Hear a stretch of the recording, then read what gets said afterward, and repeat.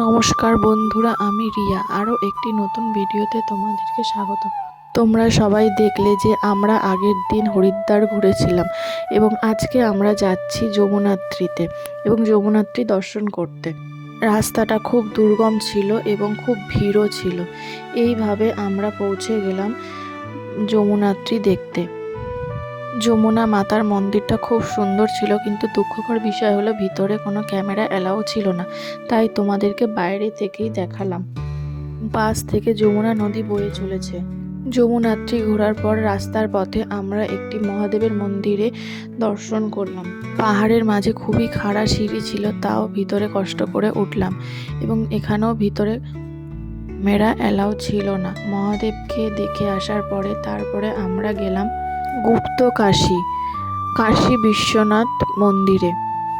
মন্দিরটা ছিল খুবই সুন্দর এবং সেখানে বাবার দর্শন করলাম। মন্দিরের ভিতরে যদিও ক্যামেরা অ্যালাউ ছিল না, তাও লুকিয়ে একটু তোলার চেষ্টা করলাম তোমাদেরকে দেখানোর জন্য। এটি ছিল গুপ্ত কাশীর বাবা বিশ্বনাথ মন্দির। তারপর আমরা মাতা পার্বতীর মন্দিরে গিয়েছিলাম।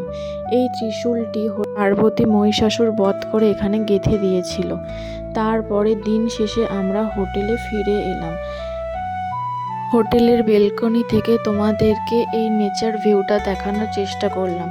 এই যে নদীটি বয়ে যাচ্ছে, এটা হচ্ছে যমুনা নদী। পাশেই আমাদের হোটেল থেকে বয়ে চলেছে। খুব সুন্দর লাগছিল দৃশ্যটি, তাই তোমাদেরকেও একটু দেখালাম। তোমরা সবাই কমেন্ট করে বলো যে এই নেচার ভিউটা কেমন লাগছে। এর আগের দিনও দেখানোর চেষ্টা করেছি এবং আজকেও তোমাদেরকে দেখালাম। আমার ভিডিও যদি তোমাদের ভালো লাগে একটু লাইক করে প্লিজ একটু সবাই সাবস্ক্রাইব করে দিও তোমরা।